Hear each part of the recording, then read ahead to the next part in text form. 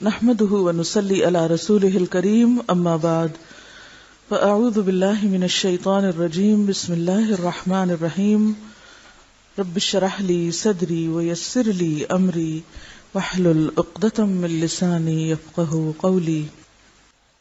نماز کی سنتوں کا بیان.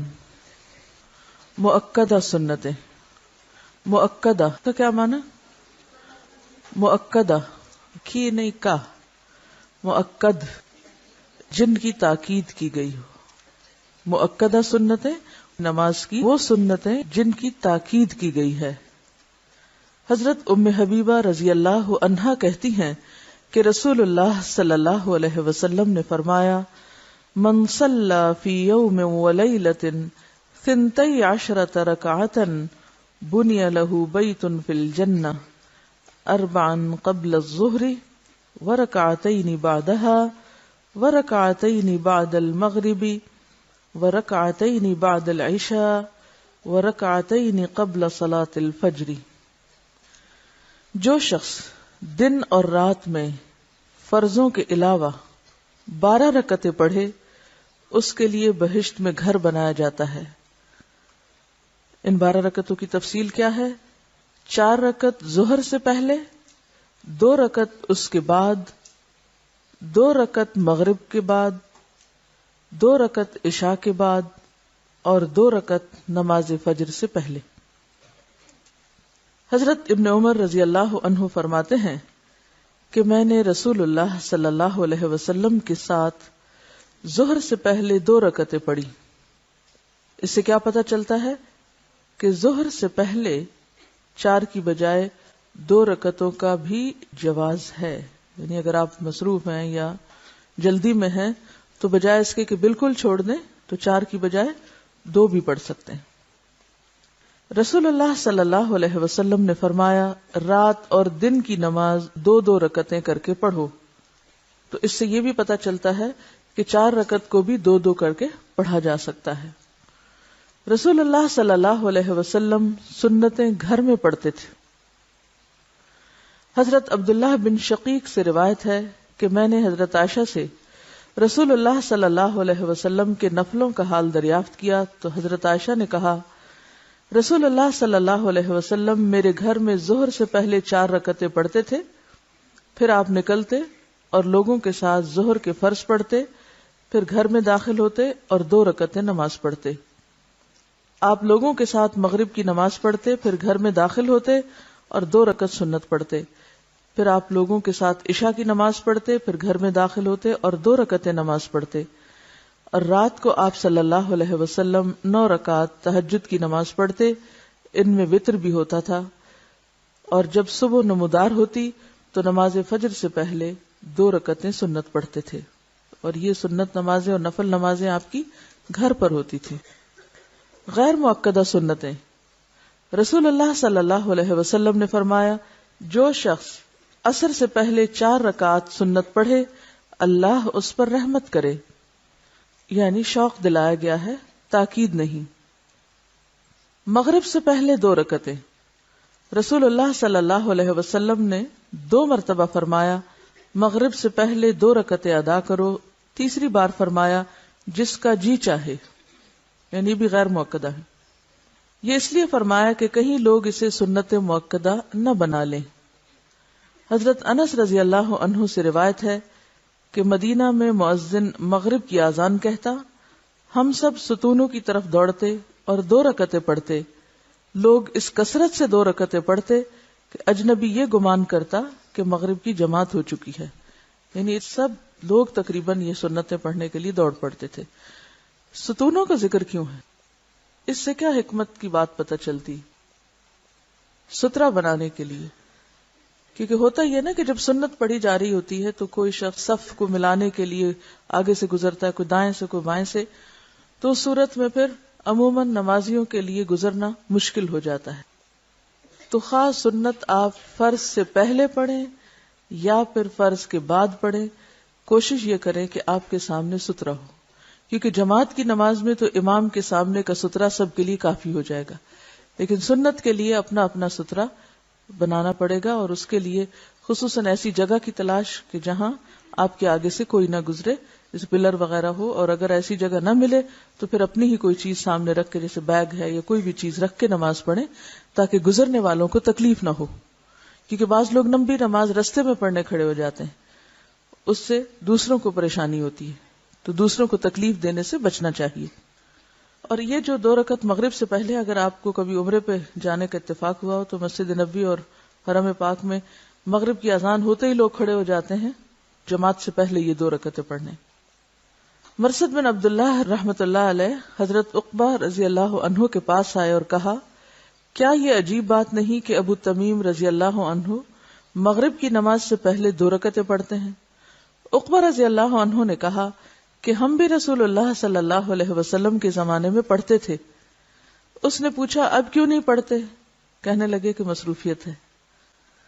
یعنی اس بات کا ثبوت تو ہے کہ یہ پڑھی جا سکتی ہیں، لیکن اگر کوئی شخص مصروفیت کی وجہ سے نہ پڑھ سکے تو اس کی رخصت ہے، گنجائش ہے۔ جمعہ کے بعد کی سنتیں۔ نبی صلی اللہ علیہ وسلم نے فرمایا، جب تم جمعہ کے بعد نماز پڑھنا چاہو تو 4 رکعات ادا کرو۔ معلوم ہوا کہ جمعہ کے بعد 4 رکعات سنت پڑھنی چاہیے، اور اگر کوئی 2 رکعتیں بھی پڑھ لے تو جائز ہوگا۔ حضرت ابن عمر رضی اللہ عنہ روایت کرتے ہیں کہ رسول اللہ صلی اللہ علیہ وسلم جمعہ کے بعد کچھ نماز نہیں پڑھتے تھے، یہاں تک کہ اپنے گھر آتے تو 2 رکعت پڑھتے۔ بعض علماء نے یہ تطبیق دی ہے۔ تطبیق کا کیا معنی ہوتا ہے؟ تطبیق مطابقت پیدا کرنا، یعنی کنٹرڈکشن دور کرنا، کہ مسجد میں 4 سنتیں 2 کر کے پڑھے، اور اگر گھر میں آ کے پڑھے تو 2 سنتیں پڑھے۔ ٹھیک ہے، یعنی آپ دیکھیے کہ یہ جو اوپر 2 تطبیق ہے نا، تو ایک آپ صلی اللہ علیہ وسلم کا قول ہے کہ اگر کوئی جمعہ کے بعد نماز پڑھنا چاہے تو 4 رکعتیں پڑھے، لیکن آپ کا عمل کیا تھا گھر میں کہ آپ نے گھر میں 2 رکعت پڑھی۔ تو علماء نے کیا کہا کہ مسجد میں پڑھنا چاہے تو 4 پڑھے، گھر پڑھے تو آپ کی سنت کی پیروی میں 2 پڑھ لی۔ فجر کی سنتوں کی فضیلت۔ حضرت عائشہ کہتی ہیں کہ رسول اللہ صلی اللہ علیہ وسلم نے فرمایا، فجر کی 2 سنتیں دنیا اور جو کچھ دنیا میں ہے اس سے بہتر ہیں۔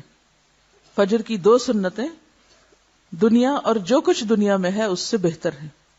حضرت عائشہ رضی اللہ عنہا سے روایت ہے کہ رسول اللہ صلی اللہ علیہ وسلم نوافل یعنی سنن میں سے کسی چیز پر اتنی محافظت اور مداومت نہیں کرتے تھے جس قدر فجر کی 2 سنتوں پر کرتے تھے۔ رسول اللہ صلی اللہ علیہ وسلم فجر کی 2 سنتیں پڑھتے تو دائیں پہلو پر لیٹتے۔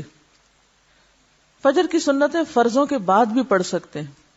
اگر آپ ایسے وقت مسجد پہنچے کہ جماعت کھڑی ہو گئی ہو اور آپ نے سنتیں نہ پڑھی ہوں تو اس وقت سنتیں مت پڑھیں، کیونکہ رسول اللہ صلی اللہ علیہ وسلم نے فرمایا، جب نماز کی اقامت ہو جائے تو فرض نماز کے علاوہ کوئی نماز نہیں ہوتی۔ اس لیے اگر جماعت کھڑی ہو تو سنت چھوڑ دیں، فرض پڑھیں اور فرض کے بعد سنت پڑھ لیں۔ اور اگر آپ گھر میں ہی نماز پڑھیں جیسے خواتین، اور آپ کی آنکھ دیر سے کھلی ہے، وقت صرف اتنا ہے کہ یا تو سنت پڑھیں گے یا فرض، تو پھر دونوں میں چوائس کس کی ہوگی؟ فرض کی۔ فرض اپنے وقت پہ پڑھ لیں اور سنت سورج نکلنے کے بعد پڑھ لیں۔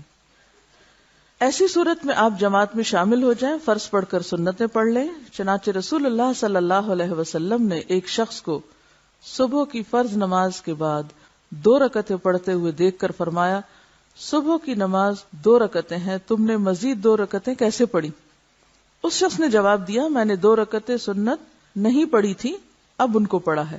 یہ سن کر آپ صلی اللہ علیہ وسلم خاموش ہو گئے۔ تو آپ کی خاموشی کیا تھی؟ آپ کی رضامندی۔ اور ایسی حدیث جس میں آپ کسی عمل پر خاموشی اختیار کریں وہ کیا کہلاتی؟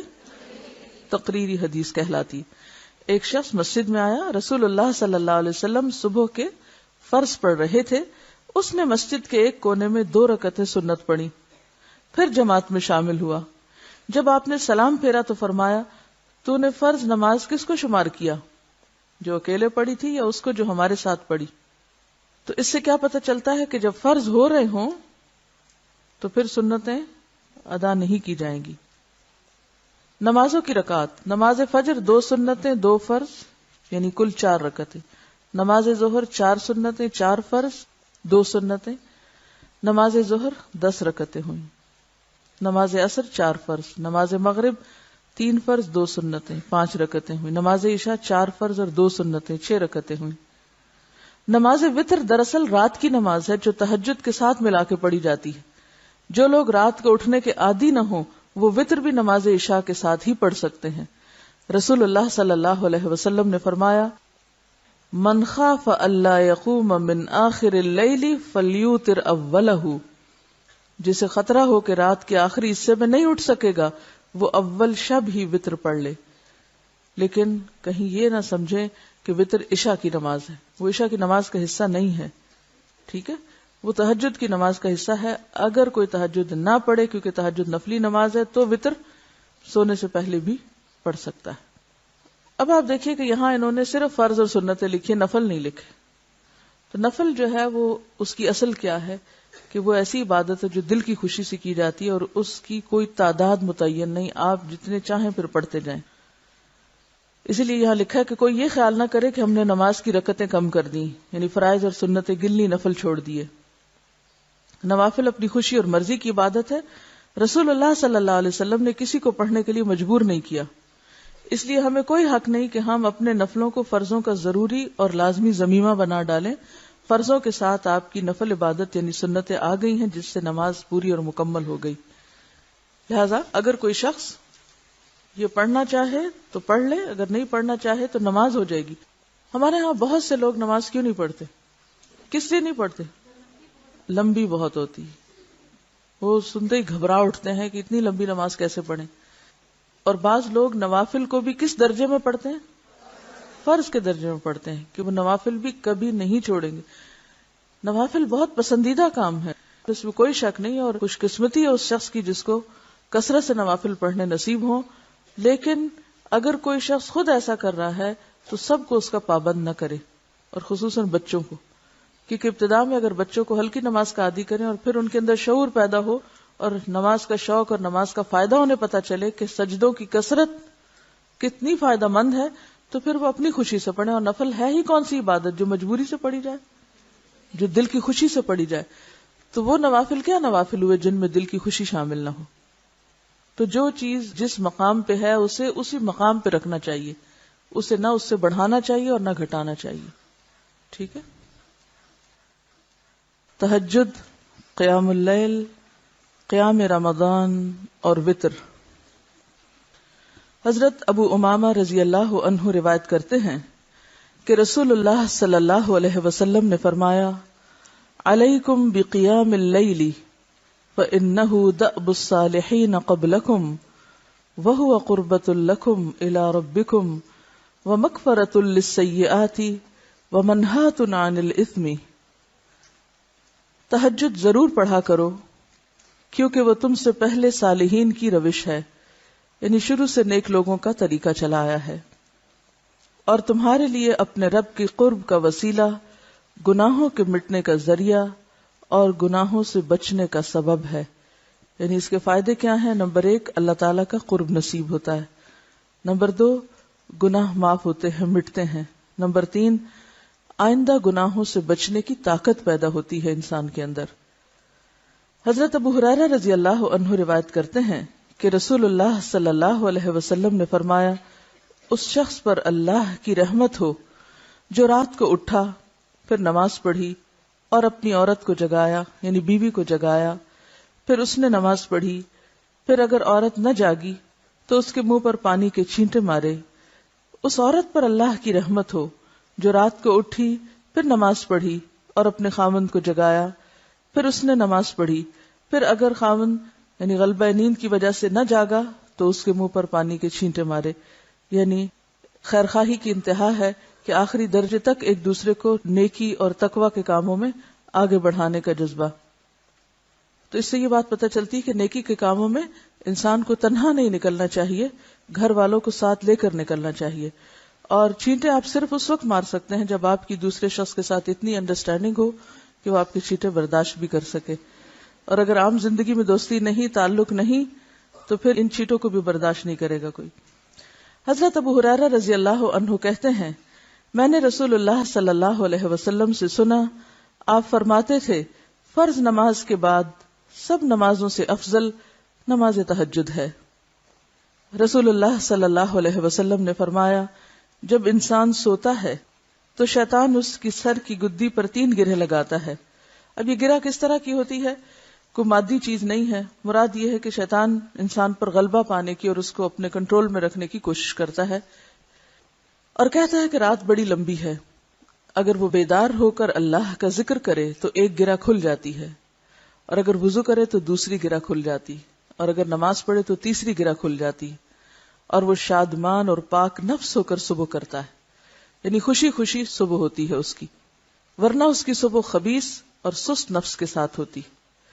اور آپ سوچئے کہ اگر دن کا آغاز ہی سستی کے ساتھ ہو، خباثت نفس کے ساتھ ہو، تو انسان پھر کون سا نیکی کا کام خوشی سے کر سکتا ہے؟ پھر اس کے مزاج میں کہاں سے اطمینان اور سکون پیدا ہو سکتا ہے؟ تو سب سے پہلی عادت جو ہم سب کو اختیار کرنی چاہیے وہ صبح وقت پر اٹھنے کی، کیونکہ اگر دن کا آغاز درست نہیں تو انجام کیسے درست ہو سکتا ہے؟ عموماً ہم لوگ رات کو دیر تک جاگتے رہتے ہیں اور صبح فجر کی نماز بھی وقت پہ نہیں پڑھتے، تو اسی سے ساری خرابیوں کی ابتدا ہو جاتی۔ رسول اللہ صلی اللہ علیہ وسلم نے فرمایا، اللہ تعالیٰ ہر رات آسمان دنیا پر نزول فرماتا ہے، جب 1/3 رات باقی رہ جاتی ہے تو فرماتا ہے، کوئی ہے جو مجھے پکارے میں اس کی دعا قبول کروں، کوئی ہے جو مجھ سے مانگے میں اس کو دوں، کوئی ہے جو مجھ سے بخشش طلب کرے میں اس کو بخش دوں۔ ہم میں سے ہر شخص اس بات کا حریص ہے کہ اس کی دعائیں قبول ہوں، لیکن جو دعاؤں کی قبولیت کا وقت ہوتا ہے اس سے فائدہ نہیں اٹھاتے، اور پھر جب کوئی ضرورت پڑتی ہے تو بندوں سے مانگتے ہیں، یا بندوں سے توقع رکھتے ہیں، یا بندوں کا سہارا ڈھونڈتے ہیں۔ اور آپ سوچئے کہ اللہ تعالیٰ اس وقت ان بندوں کو کس نظر سے دیکھتا ہوگا جو ضرورت کے وقت اللہ کو چھوڑ کر جو ہر چیز دے سکتا ہے بندوں کے در پہ جاتے ہیں، یا بندوں سے توقع رکھتے ہیں، یا بندوں پر تکیہ کرتے ہیں، یا بندوں پر توکل اور بھروسہ کرتے ہیں۔ آپ خود سوچئے، ذرا تھوڑا سا اس بات کو محسوس تو کیجئے کہ جو قادر مطلق ہستی ہر وقت آپ کو دینے کو تیار ہے، اس کو تو آپ بھول جائیں، اور بندے جو کسی کام کے قابل نہیں ان پہ بھروسہ کر بیٹھیں اور ان سے امیدیں لگا بیٹھیں، اس وقت اللہ تعالیٰ کیا سوچتا ہوگا کہ میرا یہ بندہ کیسا ہے جو مجھے چھوڑ کر، مجھ سے منہ موڑ کر اوروں کے در پہ جاتا ہے۔ یعنی کتنی گھٹیا حرکت ہے ویسے بھی اگر سوچا جائے تو، اور کتنی بے وقوفی کی بات ہے کہ جو رب سب کچھ کر سکتا ہے اس سے تو نہ مانگا جائے، اور انسان جو کسی کام کے لائق نہیں، کچھ بھی ان کے اختیار میں نہیں، مٹی کے پتلے ہیں، ان کے پیچھے بھاگے انسان اور ان سے مانگے اور ان پر نظر رکھے۔ تو پہلی چیز جو ہمیں زندگی میں لانی ہے وہ اللہ کی پہچان ہے، اور اللہ کی قدر پہچاننے کی بات ہے، اللہ کی عظمت کو دل میں لانے کی بات ہے۔ جب تک وہ نہیں آتی کوئی عمل درست نہیں ہو سکتا، نہ نمازیں درست ہو سکتی ہیں اور نہ ہی معاملات اور اخلاق درست ہو سکتا ہے، کیونکہ ہماری ساری خرابیوں کی اصل وجہ شرک ہے کہ ہم اس کو بھول کر اوروں پہ توکل کرتے ہیں، اوروں کی طرف دیکھتے ہیں۔ تو ہم میں سے کون ہے جو محتاج نہیں؟ ہم میں سے کون ہے جسے یہ ضرورت نہیں کہ اس کی دعائیں قبول ہوں؟ ہم میں سے کون ہے جو یہ نہیں چاہتا کہ اس کی سنی جائے؟ لیکن جب وہ پکارتا ہے تو ہم سو جاتے ہیں۔ لہٰذا ہم سب کو پھر اپنے اندر جھانکنے کی ضرورت ہے اور اپنی کمی کو دیکھنے کی ضرورت ہے، نہ کہ اللہ پر شکوہ کرنے کی۔ تو اللہ تعالیٰ ہر روز پکارتا ہے، کوئی ہے جو مجھے پکارے میں اس کی دعا قبول کروں؟ کہاں ہے پکارنے والے؟ کہاں ہے ضرورت مند اور حاجت مند؟ کوئی ہے جو مجھ سے مانگے تو میں اس کو دوں؟ کوئی ہے جو مجھ سے بخشش طلب کرے میں اس کو بخش دوں؟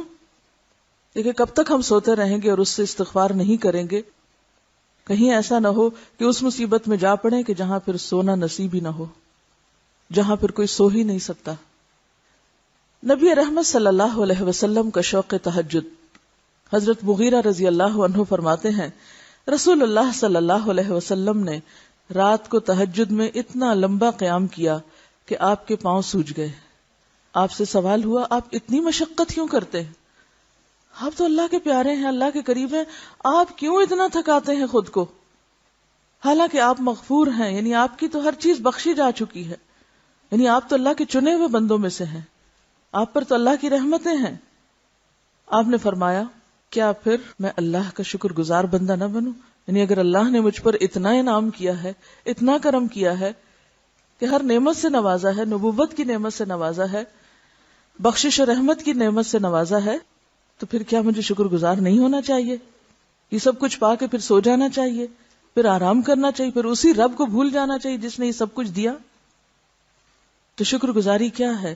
نعمتوں کا اعتراف، اور نعمتیں پا کر نعمت دینے والے کو یاد رکھنا، اس کو نہ بھولنا، اور اسی کو نمبر 1 رکھنا۔ نیند سے جاگتے وقت یہ دعا پڑھیں۔ حضرت عائشہ رضی اللہ عنہا فرماتی ہیں کہ رسول اللہ صلی اللہ علیہ وسلم جب رات کو بستر سے تہجد کے لیے اٹھتے تو یہ دعا پڑھتے: اللہ اکبر 10 بار، الحمدللہ 10 بار، سبحان اللہ و بحمدہ 10 بار، سبحان الملک القدوس 10 بار، استغفر اللہ 10 بار، لا الہ الا اللہ 10 بار، اور پھر اللہم اعوذ بک من ضیق الدنیا و ضیق یوم القیامہ 10 بار۔ یہاں گنتی کا ذکر ہوا ہے کیونکہ 1 سے زائد تسبیحات ہیں، اور 10 بار گننا کچھ مشکل بھی نہیں۔ ساری تسبیحات پڑھ کے اللہ کی بڑائی بیان کر کے، اللہ کی تعریف بیان کر کے، اللہ کی تسبیح بیان کر کے، استغفار پڑھ کے، لا الہ الا اللہ پڑھ